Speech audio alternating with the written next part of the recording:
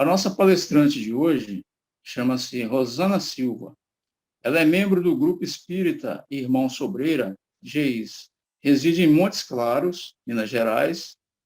E o tema que ela vai falar para nós, chama-se A Geração Nova e o Futuro da Terra.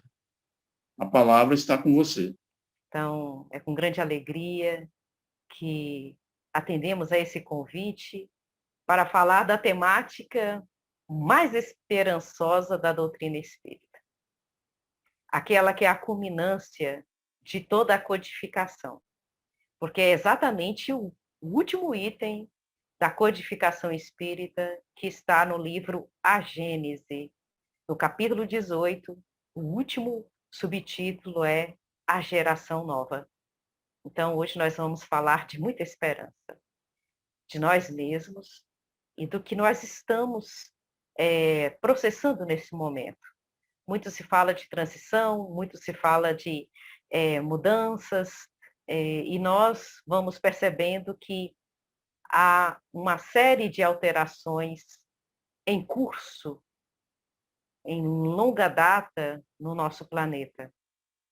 Então, esse estudo, geralmente, quando se fala em geração, nós nos lembramos, nós estamos aqui diante de algumas gerações, pelos rostinhos, superiores à idade que estamos.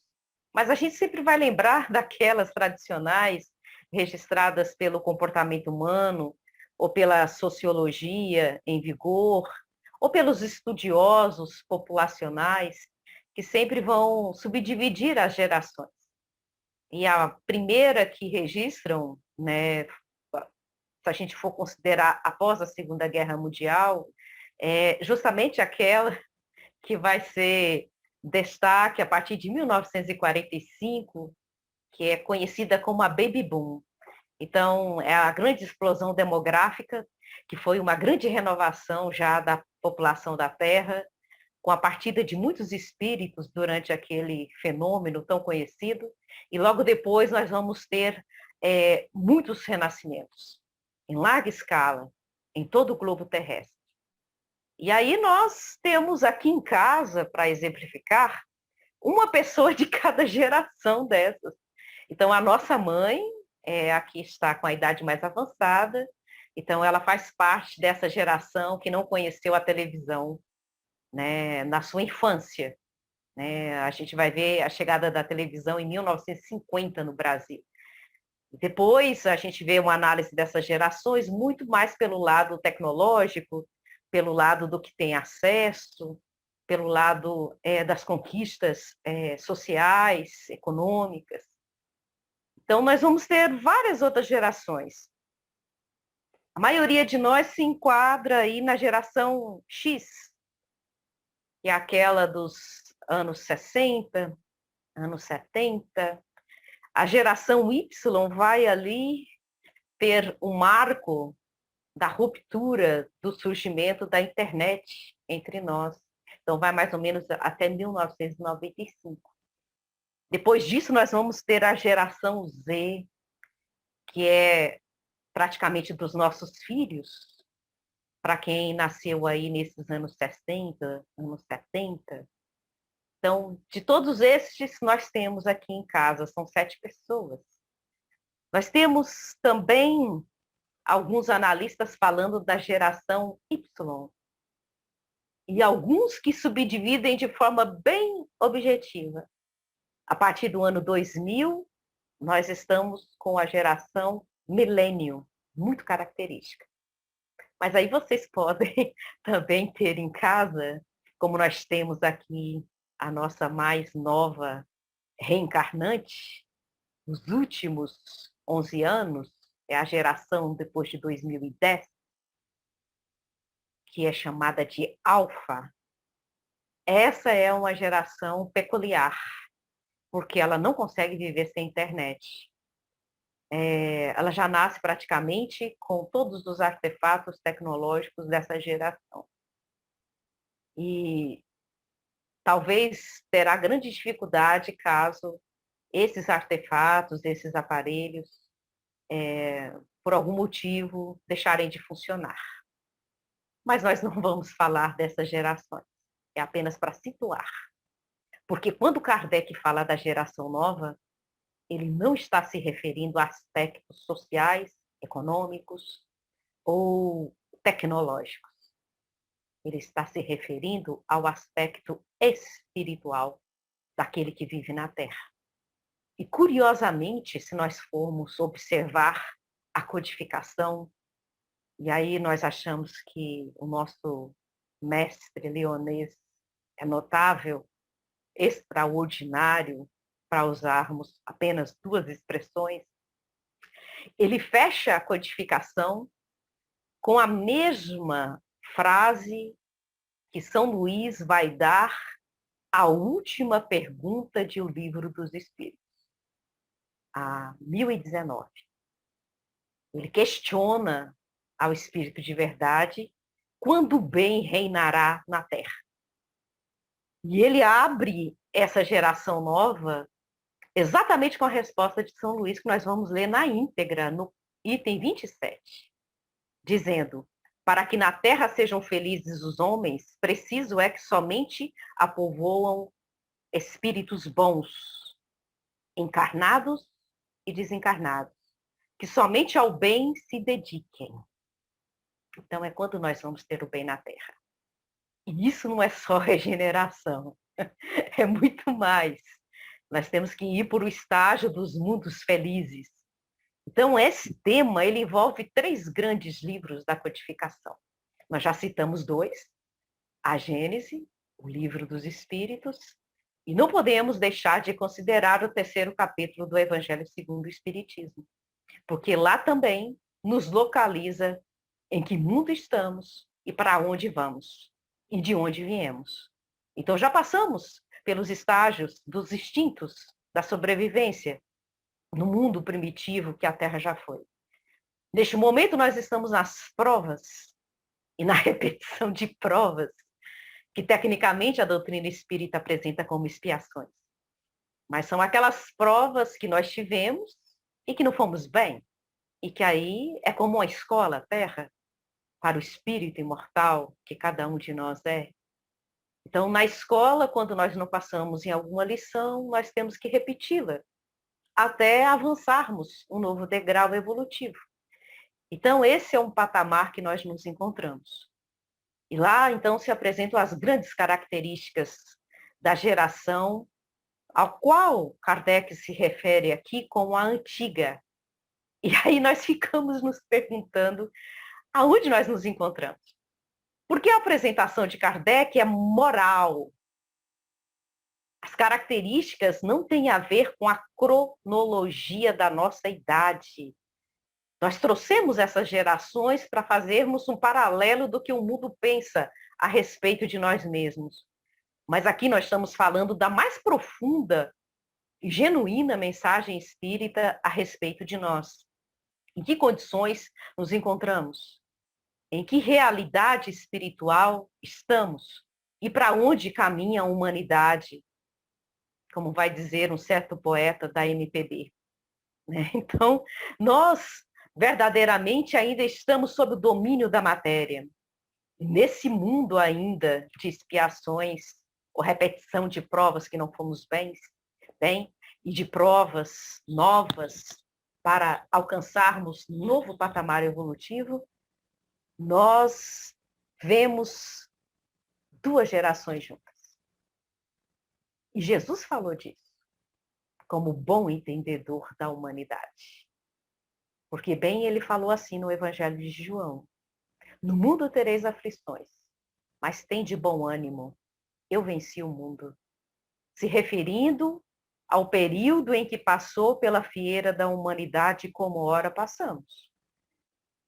Se referindo também a todas as quimeras humanas da sua época, porque era o último encontro com os discípulos, considerando que nós estamos nessa roda com ele agora e ele falando conosco novamente. No mundo tereis aflições. Se referindo ao nosso estágio ainda de provas e repetição de provas. E que no mundo material, essas movimentações aflitivas nos também mobilizam as energias internas para o progresso de nós mesmos. Nos impulsionam. E o grande objetivo do espírito imortal na Terra é justamente se renovar. É justamente se aperfeiçoar, como nós vamos ver em duas questões de O Livro dos Espíritos. A 132 e a 167. Lá está bem claro que nós não estamos aqui porque estamos sendo punidos, estamos em castigo, estamos em apenas reparações, porque muitos ainda acham que é assim, inclusive no meio espírita. Lá fala muito bem claro, a dinâmica divina só tem um aspecto do aperfeiçoamento do ser. E tudo que nos ocorre é justamente para avançarmos, crescermos. E então essas experiências que consideramos um tanto difíceis, desafiadoras, são, na verdade, os impulsionadores da nossa felicidade. E o Cristo, então, falou desse momento. Aliás, ele falou em praticamente todas as parábolas. Qualquer uma que nós lembrarmos, ele está falando de futuro. Está falando do nosso futuro. Ele está falando de lei divina, de dinâmica de como funciona a vida cósmica em toda parte. De como a inteligência suprema se manifesta através das leis imutáveis. Então, qualquer uma que nós pensarmos aí tem a ver com o nosso futuro. E a que mais é, assim, declarada envolvente com a temática da geração nova é a que nós conhecemos como a parábola do joio e do trigo, que Mateus descreve muito bem no capítulo 13, versículos de 24 a 30. Nós não vamos entrar em detalhes da parábola, porque seria um outro momento de reflexão, de tão profunda que ela é. Mas, basicamente, o Senhor faz um plantio e o plantio é de trigo. E para quem conhece muito bem uma plantação de trigo, eu que nasci na região sul do Brasil, presencialmente já vimos o trigo crescendo. Então, até certa etapa desse crescimento, tem o joio junto, e eles são iguaizinhos. Você não consegue distinguir. E às vezes, até na madureza daqueles pontinhos que parecem sementes, que no trigo esses bagos estão cheios, no joio estão vazios. E isso nós podemos procurar até no YouTube alguns vídeos muito bons em que se pegam aqueles bagos do trigo e se esfrega na mão, e então vai tirar ali de dentro um conteúdo, um produto. E se a gente fizer o mesmo com o joio, olha como o Cristo fala muito em poucas palavras, como espírito puro que é, conforme a escala apresentada em O Livro dos Espíritos, a partir da questão número 100. Então, ele fala exatamente daqueles que já estão produzindo a geração um tanto mais aperfeiçoada, e esta vai dar conta de permanecer na Terra. Já os que têm a característica do joio, em que nós fazemos essa movimentação com os seus bagos ou aqueles casulos, eles se abrem vazios, destituídos de essência ou de moralidade na expressividade mais profunda do que o Cristo quer nos dizer. Então a parábola vai colocar que o trigo será levado para o celeiro, simbolizando o futuro, e o que vai dali fermentar e produzir novas sementes de trigo e assim prosseguir a jornada evolutiva.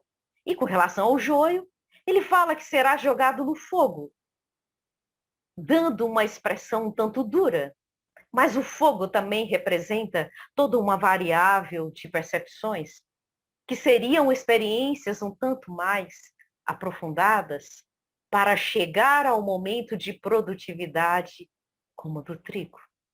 Então, quando Kardec aborda a geração nova, ele vai trazer algo interessante, que nos faz identificar em que geração realmente nós estamos.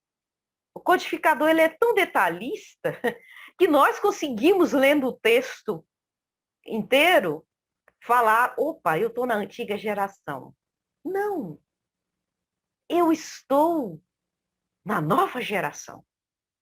Porque ele consegue nos trazer algo que nós achamos maravilhoso, que eu posso estar com 90 anos, com 100 anos na experiência corporal na Terra e ser da nova geração. Daqueles que só vêm impulsionar o progresso, daqueles que só promovem o bem, daqueles que não têm outra experiência ou vivência que não seja ser uma pessoa de bem, como nós vamos ver no capítulo C de Perfeitos de O Evangelho segundo o Espiritismo, quando é apresentado lá toda aquelas características, os caracteres do homem de bem. Estes somos nós amanhã, se ainda não somos agora. Então, vamos lá.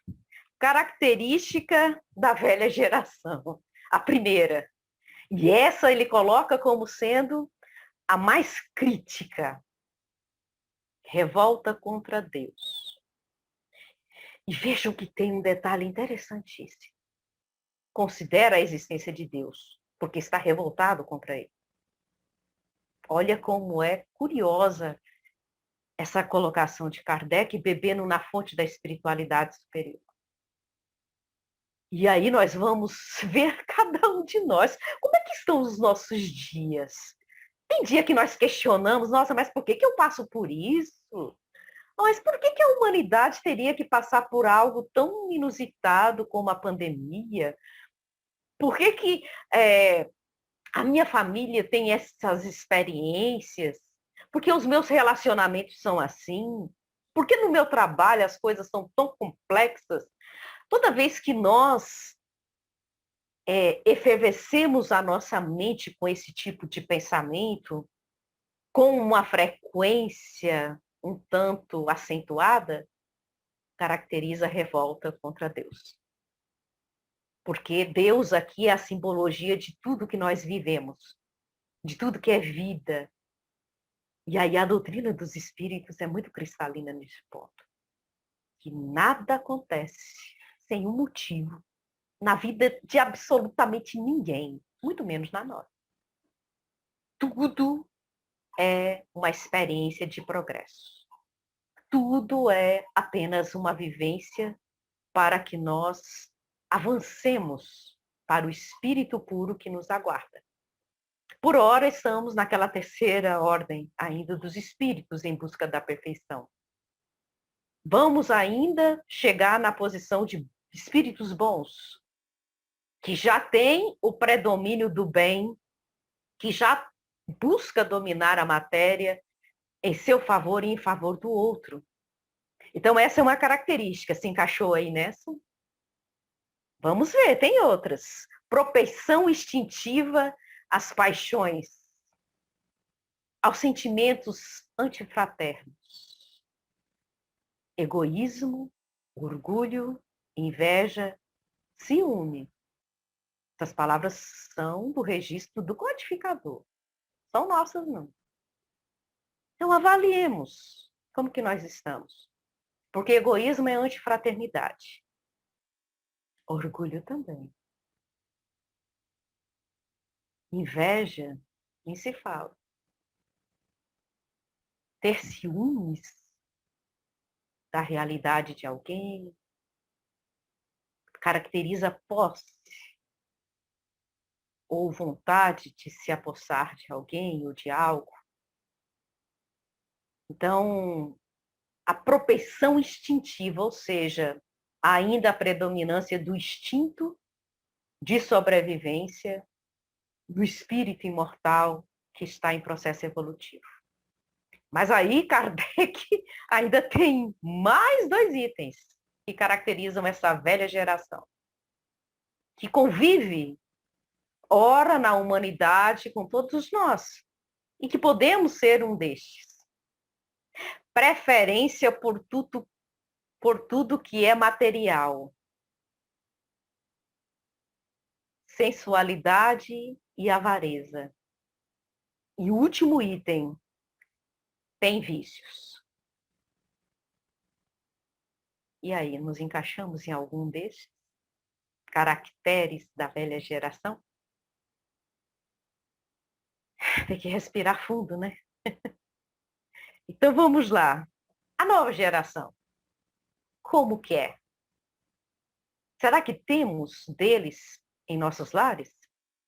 Kardec vai apresentar que, em contraponto da antiga geração que tem revolta contra Deus, esta geração nova tem crenças espiritualistas inatas. A fé é inabalável, em outras palavras. E apresentam ainda inteligência e razão precoces. Mas aqui nós fazemos uma ressalva. Só inteligência e razão precoces não caracterizam a geração nova.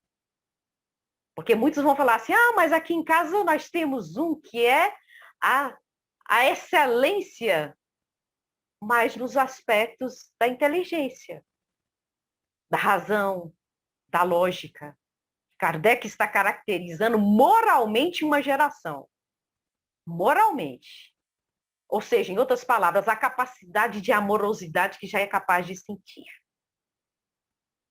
É curioso que ele abre falando exatamente de ideia inata de espiritualidade. Esses da nova geração não têm dúvidas da existência de Deus. E nem mesmo duvidam da imortalidade em si. É como se já nascessem falando disso.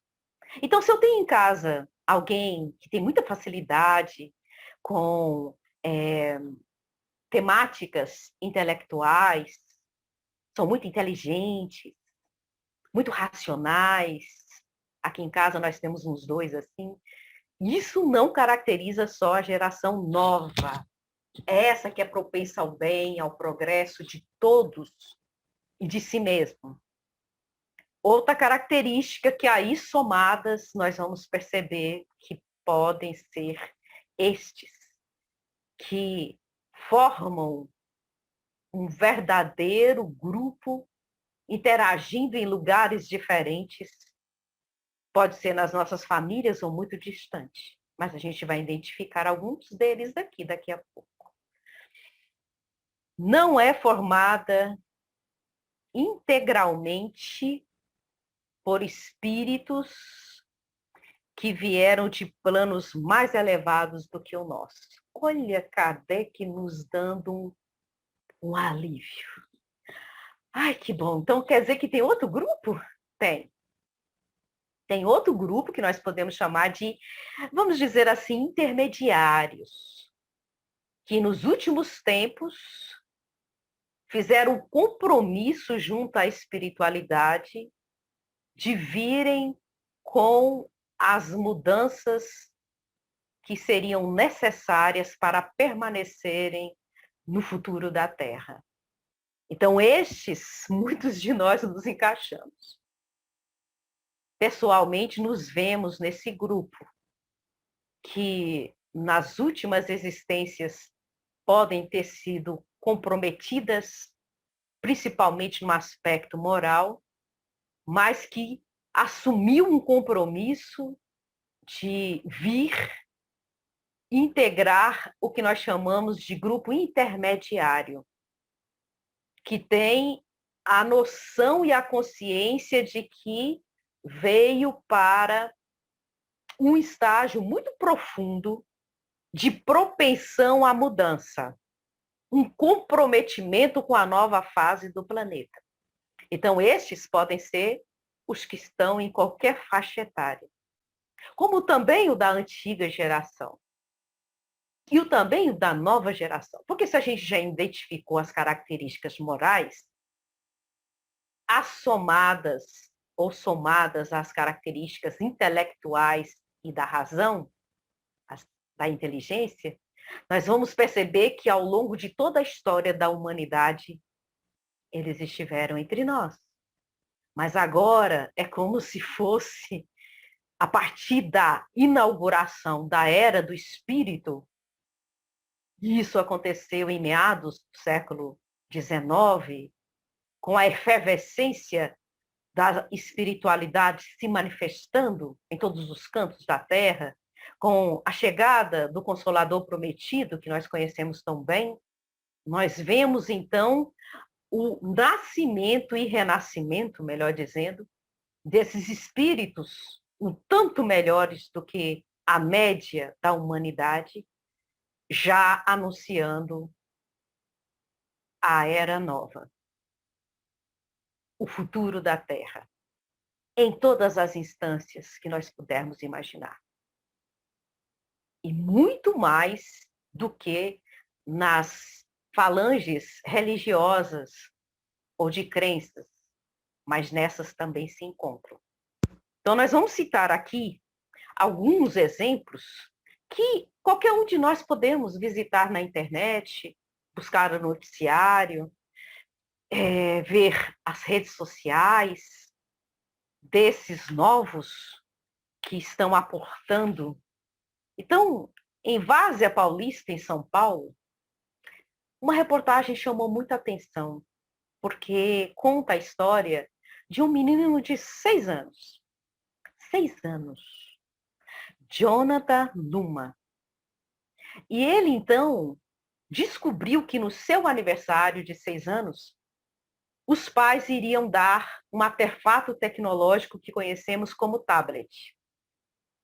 E aí ele, andando pelas ruas da sua pequena cidade, Várzea Paulista, ele observou que haviam algumas pessoas muito mal vestidas e sujas andando pelas ruas.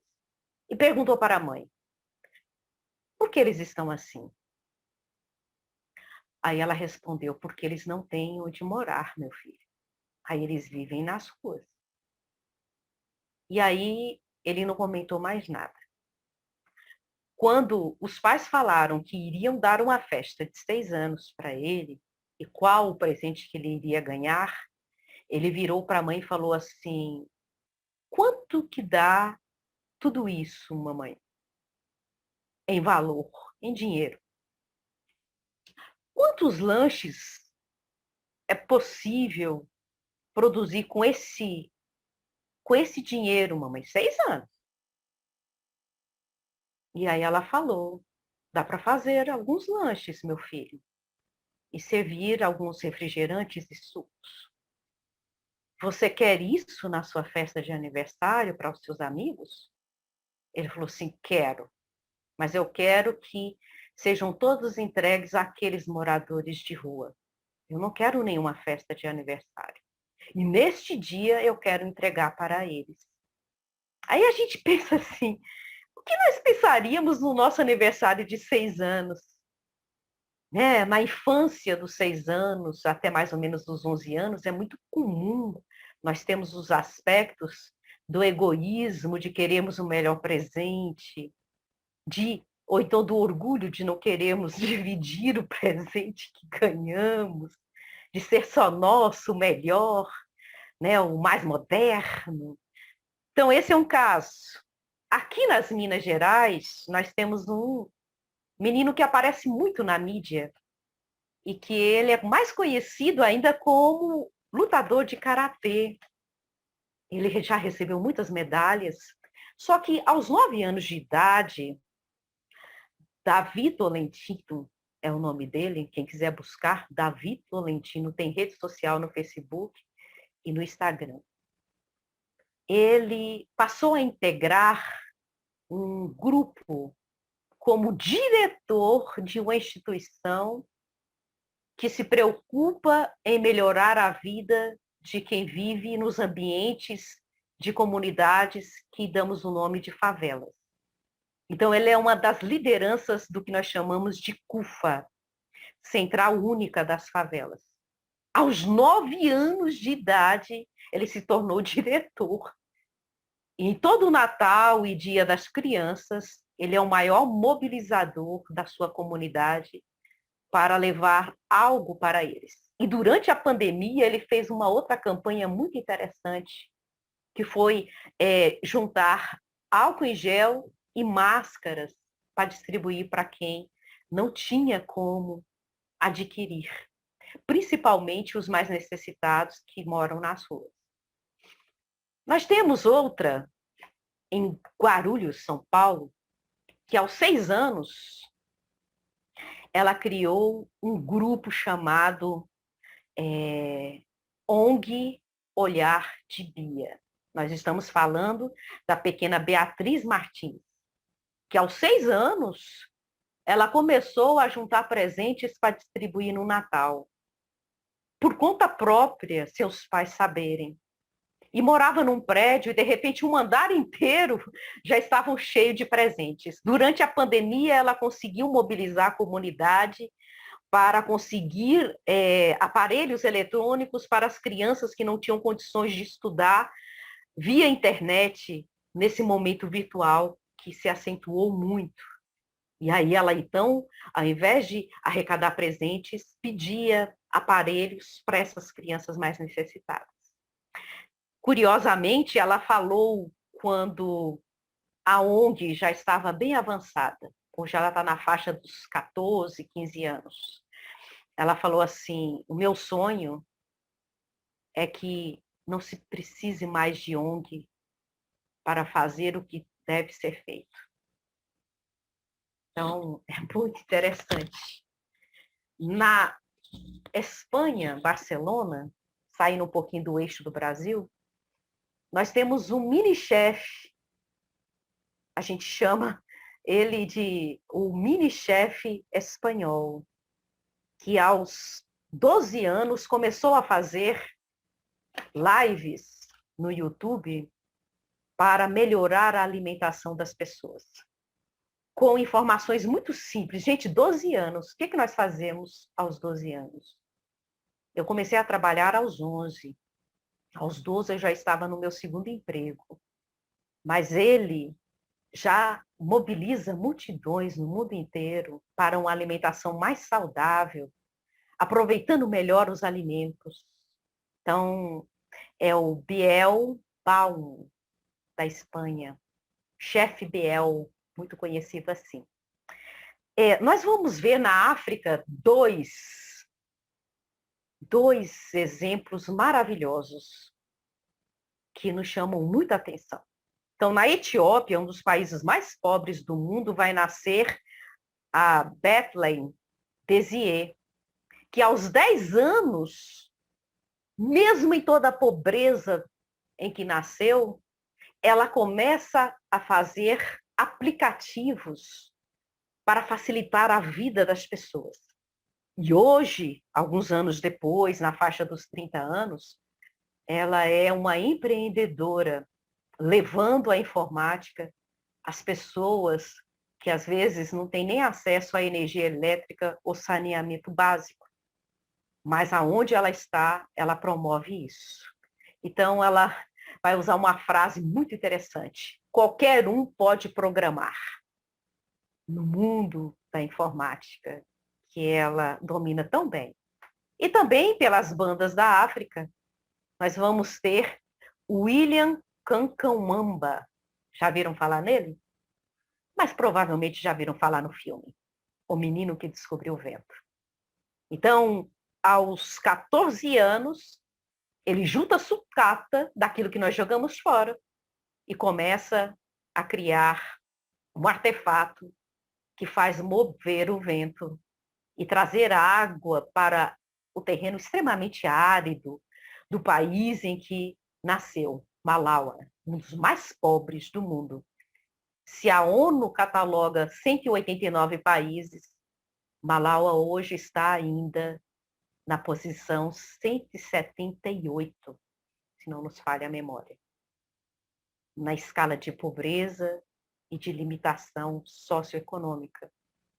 E ele, então, nos idos de 2002, na maior seca que a África já enfrentou, no país em que vivia, ele muda o cenário e consegue trazer água para a superfície com sucata, que nós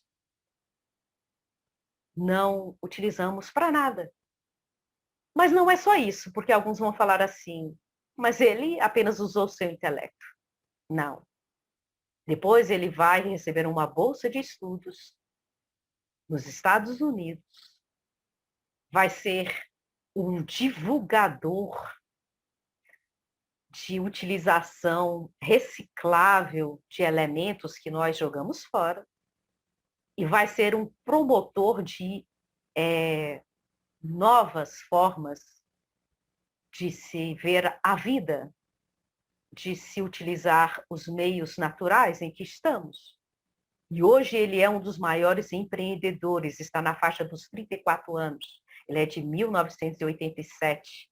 Seu processo reencarnatório começa nesse ano.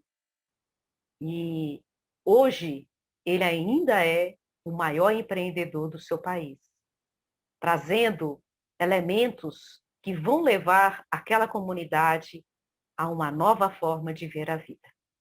Mas nenhum deles é tão inusitado quanto um menino de 11 anos que se formou num curso superior nos Estados Unidos da América, na nação tida como a potência mundial e também a mais ortodoxa do ponto de vista religioso. Então, esse garoto, William Miles, qualquer um de nós podemos pesquisar a respeito dele, aos 11 anos, o que nós fazíamos aos 11 anos? Ele estava se formando no primeiro curso superior. E é muito marcante essa formatura, tem muitas fotos, é só buscar o nome dele na internet, em que ele ali, tão pequenininho, no meio de um monte de gente grande, com barba, com feições mais amadurecidas. E então, ele é um dos destaques. A imprensa se volta toda para ele. E uma das repórteres pergunta, o que você vai fazer a partir de agora? E aqui nós vamos ver a característica da geração nova. Apenas para a gente dar alguns exemplos e fechando com o William Miles. Ele vai falar assim, agora eu quero fazer um outro curso, astrofísica. Quero provar ao mundo, de forma científica, que Deus existe. Aqui nós estamos vendo a característica marcante da geração nova, que tem a espiritualidade como um dos alavancadores do progresso. Isso nós vamos ver muito bem destacado na trilogia de Divaldo Pereira Franco, já fechando as nossas reflexões, do espírito Manuel Filomeno de Miranda, começando com Transição Planetária. Depois avançando com O Amanhecer de uma Nova Era. E mais recentemente com no Rumo do Mundo de Regeneração. E em todos eles, Manuel Filomeno de Miranda destaca que nós estamos tendo, nós vamos usar uma expressão aqui, né, alterando um pouquinho o texto de Manuel Filomeno de Miranda, uma verdadeira invasão organizada de espíritos que vêm de mundos felizes, ou seja, não é só na etapa da regeneração, mas daqueles caracterizados lá no 3º capítulo do Evangelho segundo o Espiritismo, que se encontram no patamar dos mundos felizes, ou seja, o predomínio do bem, também um controle ali da materialidade, com essa moralidade mais avançada, com essa moralidade mais acentuada, e com os aspectos de fraternidade, que são as características marcantes desses seres que vêm alavancar o progresso. Então, nesses 3 livros, nós vamos ver a mesma informação. E num deles fala que os espíritos que fizeram as etapas anteriores da evolução da Terra, só para citar alguns exemplos, aqueles que fizeram o Renascimento, aqueles que fizeram o momento do Iluminismo, aqueles que também foram os grandes filósofos antigos da Grécia, Manuel Filomeno de Miranda fala que eles vão voltar. E também fala que toda a equipe que trabalhou com Francisco de Assis, né, no século mais ou menos 1200 e alguma coisa, esses vão voltar. E naquela oportunidade nós tínhamos Clara, que é conhecida como Santa Clara, que é a nossa Joana de Ângeles, a mentora de Divaldo Pereira Franco, que já anunciou que assim que terminar a missão de Divaldo, ela vem para o processo reencarnatório. E como Emmanuel, que reencarnou no início do ano 2000, que já está aí na faixa talvez de 20, talvez um tanto mais, um tanto menos, na área de educação comprometidos para se manifestarem no mundo. Joana de Ângeles na área da educação psicológica, principalmente. Então, nós estamos na efervescência das mudanças. E que Kardec deixa bem claro, só para fechar a nossa reflexão, que a transição ela não vai ser de cataclismas, ela não vai ser de abalos. E que se Jesus falou que naqueles tempos nós teríamos nação contra nação, reino contra reino, fome, peste, terremotos em vários lugares, há toda uma profundidade a respeito dessas expressões, que tem a ver, na verdade, com os terremotos na nossa intimidade, de mudanças que nos aguardam. Então, os adversários já não estão fora de nós. Os reinos que se erguem, as nações que se erguem, são de todas as experiências que nós já tivemos, de todos os povos que nós já visitamos, que gritam dentro de nós, ou permanecer no velho homem, ou avançar para o homem novo, para a humanidade nova. Então, a escolha é nossa nesse processo. E o Cristo deixou muito bem claro, para fechar a última fala dele, que não passará essa geração sem que todas essas coisas aconteçam. Então, a geração nova vai aparecer aos poucos, no processo de renascimentos que conhecemos tão bem. Uns vão deixar, porque da forma energética que se manifestam, a Terra já não está mais nesse patamar energético que favorece a evolução desse ser. Então, ele vai ser naturalmente, com toda amorosidade, levado para aqueles ambientes em que ele está mais propício a desenvolver o seu processo evolutivo. E nós outros, se conseguirmos atender ao chamado do Cristo, quando ele fala no sermão, né, nós costumamos dizer que é o Cântico do Monte, bem-aventurados os mansos, porque herdarão a terra, ali ele deixa para nós que realmente caracteriza o futuro da Terra. E aí a última reflexão é: como está a nossa mansidão? Com as nossas próprias limitações, principalmente, e com as limitações daqueles que caminham conosco.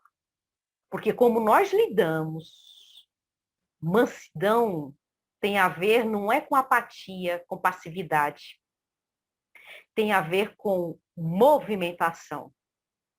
Porque a mansidão nos exige movimentação íntima, de percepções que às vezes dormem em nós, de olharmos a nós mesmos e aos outros como filhos de Deus em processo evolutivo. E a mansidão também caracteriza aquele que já entende e aceita a lei imutável da vida, de que a marcha do progresso é inexorável, como nós vamos ver na terceira parte de O Livro dos Espíritos. Então, vão permanecer na Terra estes, que podem ser nós, mas que depende de nós alcançarmos ou não. E para fecharmos, vivemos a grande transição para o aspecto moral do espírito imortal. Ápice de milênios de trabalho incansável da espiritualidade superior. Às vezes até de forma inconsciente na maioria das situações em nossas vidas. Estamos em plena seleção de nós mesmos, no sentido mais simbólico e profundo dessa geração que vai aos poucos se afastar e da geração que vai avançar em esperança. Então vivemos os tempos da grande esperança, das grandes mudanças, que às vezes nós achamos que estão fora de nós, e não são. As mudanças se processam ou regeneramos em nós primeiro, que pode ser aqui na Terra ou em qualquer outro lugar. Como nós já dissemos, depende de nós. A Terra avança no progresso dos mundos, entrando na categoria de regeneração, para seguir em direção à implantação do bem que falamos lá no início. Nos mundos seguintes, que são os felizes e celestes. E nós, de nossa parte, vamos seguindo a caminho da luz. Muita paz a todos e gratidão por este momento. Muito obrigado pela belíssima exposição. Nós vamos passar agora para as perguntas, né? Nós temos aí 15 minutos para a gente iniciar as perguntas. E já tem alguém levantando a mão aí? Ô, Rosana, boa noite. Obrigado, em nome da Associação Médico Espírita, em nome da capelania, do projeto Capelania, a quem eu, com muita honra, coordeno. Eu quero agradecer por este hino que você nos trouxe nessa noite de modernidade. Você nos trouxe uma mensagem moderna, bem trabalhada, bem explicada, que eu acho que pouca dúvida, com certeza, pouca dúvida deixou no ar. Eu sou pediatra e milito na pediatria desde o ano de 1980, quando eu estava no 6º ano de medicina. Há 40 anos eu venho acompanhando a evolução do caráter das crianças, a diferença de gerações. Cada ano as crianças nascem diferente, e como você mesmo colocou, nos últimos 10 anos, a geração telefone celular, tablet, a facilidade com que lidam. Isso, geração alfa. Pois bem, coincidentemente, nos últimos 5 anos, tem havido uma explosão de diagnóstico, de surgimento entre nós, de crianças rotuladas como autistas, nos mais vários graus de espectro autista. Eu pergunto a você vê alguma relação entre essa explosão de diagnóstico desse autismo, ou só hoje, na minha lida diária, eu peguei 3 casos, 3 crianças autistas, tá? Então, quer dizer, é muita coisa, porque durante 30 anos eu nem conhecia esse tema, na verdade. Na minha residência não foi estudado, porque isso não existia. E só hoje eu peguei 3 casos. Minha esposa, que também é pediatra, mesma coisa. Você vê alguma relação entre esse tema, essa realidade e o momento, e a sua fala de maneira específica? E como existe. E aí eu vou pedir socorro a um seminário que nós assistimos de Divaldo Pereira Franco, na Semana Espírita de Vitória da Conquista, em que estávamos presentes ao vivo.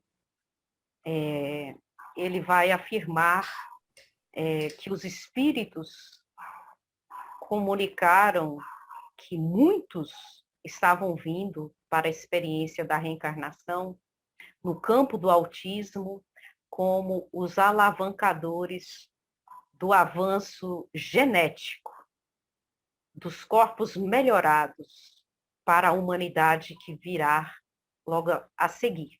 Então, estes, não vamos dizer que são todos, ele deixou isso muito bem claro. Mas aquele olhar nosso não pode ser engessado para nem esse caso e nem outros, de hiperatividade, porque as mentes mais avançadas, elas não se enquadram muito nos aspectos educacionais em vigor hoje, nas formas de ver a sociedade. Então, nós vamos ver até uma série que é muito conhecida, que é o doutor, né, que tem autismo, num grau até acentuado, e um menino muito novo, que consegue ver o corpo humano de uma forma que nós vamos ver em doutrina espírita, que é quase mediúnica, ele consegue ver tudo no corpo humano, como a gente vai ver nessa série tão fantástica, The Doctor. E ali nós vemos uns aspectos mais avançados do autismo a favor da humanidade. E pode até ser uma ficção, mas a gente também não pode olhar todos os casos de autismo como sendo estes, mas que há em curso mudanças genéticas para o melhoramento dos corpos, para vivermos mais na matéria, nós vamos passar dos 100 anos na nossa próxima encarnação, a não ser que nós tenhamos algum projeto que não seja nesse sentido, mas já estamos tendo uma geração, né, acentuada, passando dos 100 anos, e então a gente vê com um olhar muito interessante. Se a gente for perceber também alguns autistas, Messi é um autista, um dos mestres da bola do futebol neste momento. Então, a gente vê também o desenvolvimento de aptidões, tudo bem que é no nível 1, mas não deixa de se enquadrar a genialidade em alguma área. E demonstrando aí também, ele não mostra isso. Mas boa parte da fortuna dele, ele direciona para projetos assistenciais na Argentina. Estou só citando um exemplo de autismo, conhecido nosso, né? Então, não sei se eu atendi a resposta, mas para a gente desengestar a nossa percepção. Então, se eu tenho alguém hiperativo na minha casa, observemos por que está hiperativo. Porque, às vezes, ele tem muito mais a oferecer do que nós estamos dando, do que o sistema educacional está oferecendo. Tem muito mais potencialidade. O Albert Einstein, que a gente conhece tão bem, ele foi tido como um aluno medíocre, péssimo aluno, mas é porque ele já sabia tudo que estava sendo ensinado. Thomas Edison foi expulso da escola e a própria mãe fez a educação dele. Conhecidos, né, intelectuais desse século que passou. E até recebeu um bilhete que ele não ficou sabendo o conteúdo, ele foi divulgar dezenas de anos depois, que a mãe dele não passou para ele que tinha sido expulso da escola, porque a escola entendia que ele não estava aprendendo nada, que ele era um idiota, que é a expressão que aparecia no bilhete. E a gente conhece muito bem a mente de Thomas Edison. Mas eu tenho uma pergunta sempre de praxe. Na sua visão, grande visão aí, expositor espírita, professora universitária e tudo mais, como você está vendo assim, a regeneração vai demorar a chegar, estamos no processo, como você está vendo? Vai demorar muito só com a renovação moral, que ela vai acontecer, é devagar mesmo? O que você me fala a respeito? A espiritualidade superior não determina datas, mas o ano 2000 vai até 2999. Nós temos um milênio inteiro aí, talvez pela frente, se a gente for interpretar, por exemplo, o pensamento de Emmanuel, mas é apenas uma interpretação. Kardec fala que a regeneração, ele fala que essas duas gerações já estão juntas, fechando o livro A Gênese, como se fosse atual. Né? Na época atual, as duas gerações se confundem, é o texto dele. Você observa as duas caminhando juntas, e que com suavidade uma vai desaparecer e a outra vai surgir. Então, em média, para uma geração inteira desaparecer e outra surgir na íntegra, o momento da transição equivale a mais ou menos 200 anos. A mais ou menos. Pode ser mais, pode ser menos. Então, falar de datas é muito relativo. Mas isso nós vamos ressaltar o que falamos no final da nossa reflexão.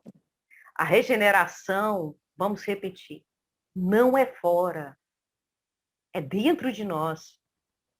Toda a doutrina espírita está calcada na transformação moral do espírito que aqui faz o seu processo evolutivo. Isso está muito bem claro na codificação. Quando Kardec fala assim, reconhece-se o verdadeiro espírita pela sua transformação moral e pelo combate às suas más tendências. O mundo de regeneração não vai ser o paraíso que nós achamos que vai ser a perfeição, não. Nós ainda vamos ter a possibilidade de voltar para provas e expiações, como ele deixa muito bem claro. Caso nós não demos conta de ter a propensão e de realizar ações no bem, de regenerarmos as nossas atitudes, os nossos comportamentos, os nossos hábitos. Então, falar de tempo vai demorar o suficiente em nós diante das escolhas que fizermos. Pode falar, Marciane. Na realidade, eu queria agradecer a Rosana pelo tema, pelas palavras e por nos trazer, assim, com a ligação com a doutrina, toda essa mudança. Rosana, eu confesso para você que eu fico muito triste quando eu vejo pessoas da minha geração, da geração anterior, falar que o que está vindo, que o jovem é isso, que é aquilo, que não está acontecendo. E quando eu olho para uma Greta tão novinha, gente, desculpa, a voz está falhando porque está rouca mesmo, mas mobilizando milhares de crianças, de adolescentes sendo recebida numa ONU para esculhambar com as gerações anteriores. Assim, não é que o sentido do novo seja isso, mas essas personalidades se apresentam para a gente, junto com as que você colocou, no sentido de mostrar que a coisa muda, porque eu ouço de muitos espíritas, de muitos colegas não espíritas, mas religiosos, né, como se fosse um mundo que está se degradando, que ninguém respeita nada, e eu fico chamando as pessoas para verem essas modificações, né, de postura da geração, e eu fiquei realmente muito feliz de ouvir você colocando isso na base da doutrina e nos trazendo. Eu não sei se você concorda com essa minha visão ou não, mas, de qualquer forma, assim, parabéns demais, viu? Tem outro exemplo que nós nem citamos, esses mais conhecidos, queríamos colocar desses, né, próximos de nós mesmo, que é a Malala. A Malala foi o prêmio Nobel mais jovem da história. Uma menina que nasceu num mundo extremamente rígido, né, de leis extremamente duras em que a mulher não pode estudar, e ela, então, ergue a voz no meio da multidão. E, então, ela vai ganhar aí para recompor aquele ambiente, né? E a gente tem que desengessar mesmo a visão, porque esses espíritos vão nascer nas localidades mais estranhas possíveis e vão levantar a voz e fazer a mudança moral, né? Porque todo mundo tem direito à educação. E Kardec vai falar que é pela educação que se transformará a humanidade. Então, os grandes espíritos vão nascer em diversos pontos do globo, nas comunidades mais desafiadoras possíveis, e nós achamos que eles estão lá em expiações. Não, eles estão em missões. Eu achei muito interessante, e até ia te pedir para colocar de uma forma assim, um pouco mais ampla, quando você falou dos fins dos tempos. Que, na verdade, todas as religiões, e a gente sempre cresceu no conhecimento, no saber, que seriam as grandes catástrofes, pandemias, né, e tudo mais. E a doutrina, conforme você colocou, está trazendo para nós que as transformações são nossas, internas, né? As pandemias, os cataclismas, tudo estão dentro da gente. Nesse processo, o fim dos tempos é de cada um, não é de uma geração, não é de uma humanidade, seria isso? Por outro lado, isso que você está falando, nós não podemos deixar de registrar que, por trazermos ainda muito egoísmo e orgulho dentro de nós, nós desenvolvemos comportamentos muito bélicos, muito violentos. Então, nós somos os próprios provocadores desses conflitos imensos, como foram a Primeira Guerra Mundial, a Segunda Guerra Mundial, em que milhões de espíritos retornaram em larga escala, rapidamente, para o plano espiritual, renovando a atmosfera da Terra. Estes belicosos voltaram, né? Então, muitos deles não retornaram. Então, nós já vemos as mudanças. Não quer dizer que são todos. Qualquer evento catastrófico de larga escala, uma tsunami, como foi aquela que é narrada no início do livro Transição Planetária, que já citamos aqui, nós percebemos que nem todos os que voltaram para o plano espiritual, que foram em média 200 mil espíritos, só no evento de uma onda gigante, nem todos estavam ali por expiações ou reparações do passado.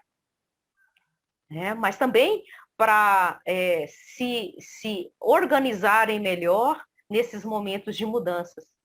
Então, a gente ter esse olhar não tão rígido com os eventos, que a gente, até no meio espírita, fala assim, mas aquele evento, estavam todos reparando qualquer coisa do passado. Isso é muito limitante, é uma visão muito acanhada da justiça divina e também da lei de progresso. Porque, por exemplo, na pandemia, muitos retornaram para o plano espiritual, mas nem todos estavam no campo das expiações. Nem todos que voltaram vão deixar de continuar o seu processo evolutivo na Terra. Então, nós temos que ter esse olhar.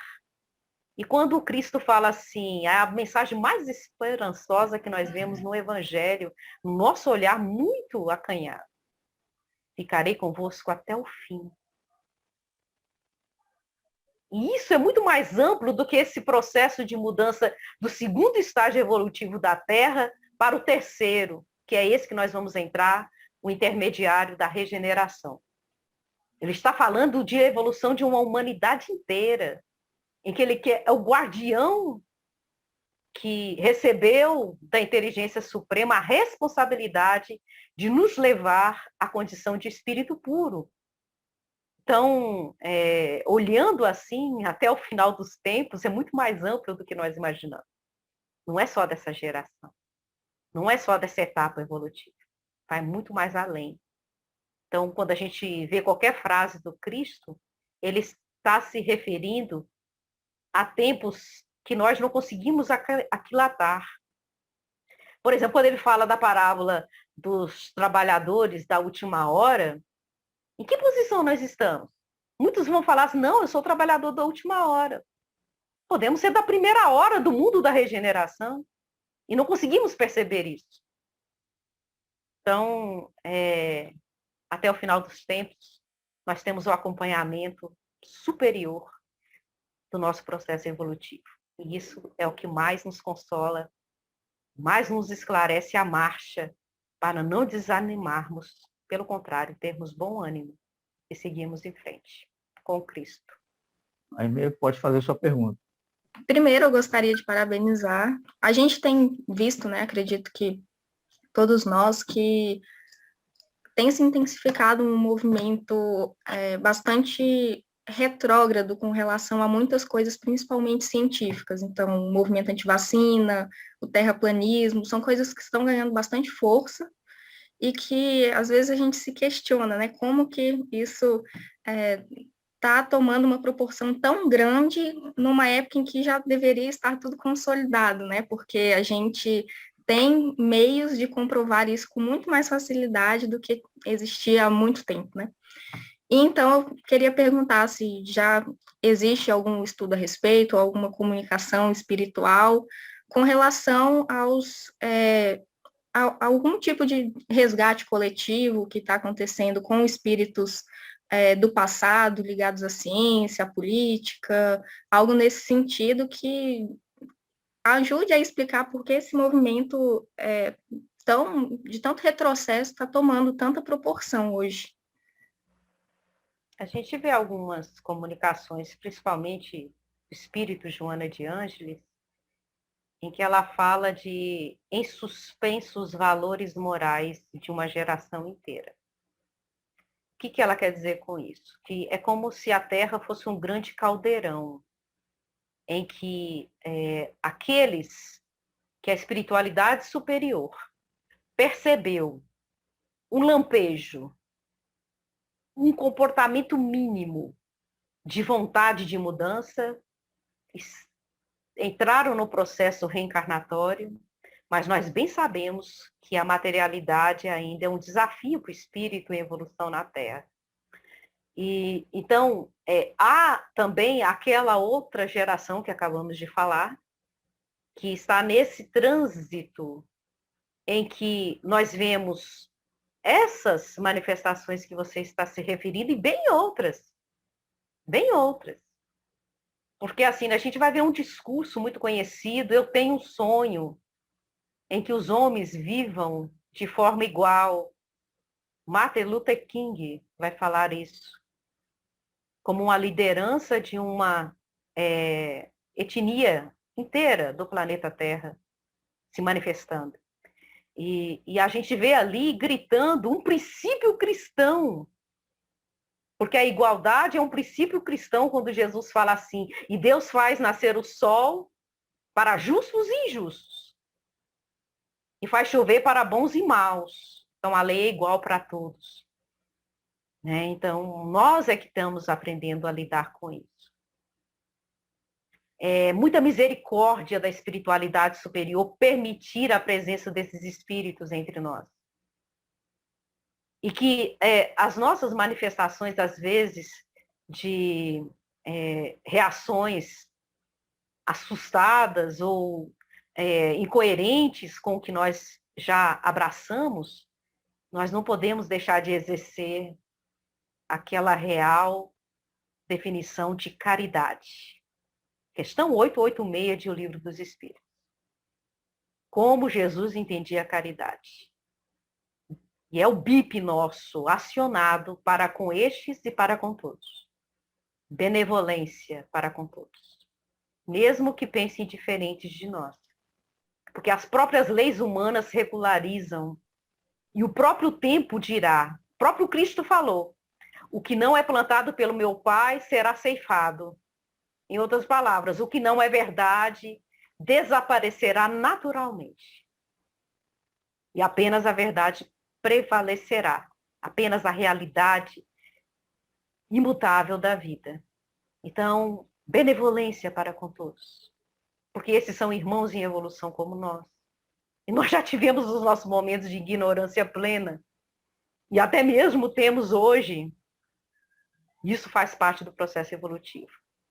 E o I do BIP, que nos aciona a consciência da realidade da vida, indulgência para as imperfeições alheias. Mas não há indulgência passiva. Nós podemos nos manifestar com o nosso ponto de vista, mas com amorosidade. Não precisamos igualar na agressividade. E o último, o P do BIP, perdão das ofensas. Porque muito vamos ouvir. De todos os cantos. E está em suspenso, na verdade, os nossos valores morais. Porque os dos outros, estes são entre eles e Deus, como diz Teresa de Calcutá. Não sei se eu respondi, mas pelo menos traz uma reflexão muito profunda deste momento que vivemos. E nós é que vamos passar pela transição real daquele tríplice aspecto que Kardec vai beber na fonte da Revolução Francesa. Que a Revolução Francesa vai dizer que é igualdade, fraternidade e tem outro item, me ajudem a lembrar aí. Liberdade. E ele vai acrescentar solidariedade e trabalho. Em trabalho, e também vai falar de solidariedade. Sejamos nós os regenerados da humanidade, não por causa dos outros, mas por causa de nós mesmos. A minha questão é rapidinho, é um comentário. Eu conheço, conheço, pessoalmente mesmo, a pessoa existe aqui em Vitória, aqui no Espírito Santo, é uma mulher, não vou dar muito detalhe, não sou eu, tá? É outra pessoa. Ela visualiza assim, ela visualiza a pessoa por dentro transparente. Não é ficção, é verdade mesmo. O Paulo Fructuoso, agora eu não lembro o nome dele de completo, ele é palestrante Paulo também. César. Isso, Paulo Paulo César César Fructuoso. Fructuoso. Fizemos uma palestra no GE, que também é uma atividade da AMES, que é o Grupo de Estudos do Ectoplasma. Por falar nisso, ano que vem tem retorno de estudo, quem quiser aprofundar o tema, entre em contato no Instagram da AMES, que tem lá, a gente vai deixar tudo lá. O Paulo, na palestra dele, mencionou, ele também conhece, lá no Rio de Janeiro, 2 ou 3 casos assim, pessoas que olham para você e te veem transparente. E estão nascendo várias pessoas assim, pelo fato de estarem... A espiritualidade está mudando alguma coisa no DNA da gente aí, e que vai nascer uma leva, uma ninhada aí de gente já diferente. Tem umas que olham para você e veem a molécula lá do trem, lá ela visualiza assim, ó, como se fosse não é lupa, não, é um microscópio. Então, tem várias pessoas aí de reais, que não são X-Men, são reais, e que estão aí na parada. Era só isso mesmo. Agora o doutor Zé Luiz. Na verdade, não é uma pergunta, mas é só um convite às pessoas que estão aqui, porque depois de um certo aprendizado com relação às crianças autistas e hiperativos, eu tenho, como sempre, eu uso muito a recomendação da oração e oração nas minhas consultas, na lida com o recém-nascido dessas crianças ditas problemáticas. Então, eu conclamo essas mães a fazerem a oração, a imposição de mãos sobre seus filhos e para elas refletirem se elas não são missionárias, não são responsáveis por um missionário que pode estar ali, e que nesse momento, em função da nossa recessão existencial, se comporta como uma espécie de sardinha na lata. Isso é uma colocação minha. Eu queria convidar todas as pessoas que estão aqui e que têm conhecidos que têm rótulo de autista, a conclamar essa mãe, até porque é um consolo para elas de que essas crianças podem não ser doentes ou não são doentes, são crianças em viver numa situação especial. Essa é uma coisa. E a outra coisa, Rosana, agora, depois da sua fala, eu entendi por que hoje, desde os primeiros raios de sol, está na minha cabeça um hino católico da minha infância. E quando amanhecer, o dia eterno, a plena visão, está explicado. Obrigado por tudo, minha querida. Que Deus, Jesus, te abençoe e te inspire cada vez mais. Obrigado, Francisco. Obrigado, equipe. A gente tem notícias de crianças índigos, crianças cristais. O que tem de realidade e verdade nisso? E onde elas se enquadram no que está acontecendo, né? nessa transição planetária? Nós vemos essas notícias, né? São mais do mundo que mobiliza algumas informações, e nós percebemos que, na verdade, a nossa visão de perispírito, vamos dizer assim, essa roupagem que nós trazemos de transição entre o mundo material e o mundo espiritual, que a gente estuda também, que é o liame entre a matéria e o espírito, na imensa maioria da humanidade se apresenta opaca, ou seja, numa transição entre se iluminar e ainda ser muito ainda nessa ausência de luz. E o Cristo vai dizer, brilhe a vossa luz, né? Essas crianças, quem tem a capacidade de ver a áurea, de ver campo magnético, né, que Kardec vai descrever tão bem no capítulo 15 de A Gênese, que nós citamos, como que era o campo magnético do Espírito Puro Jesus. Então, alguns...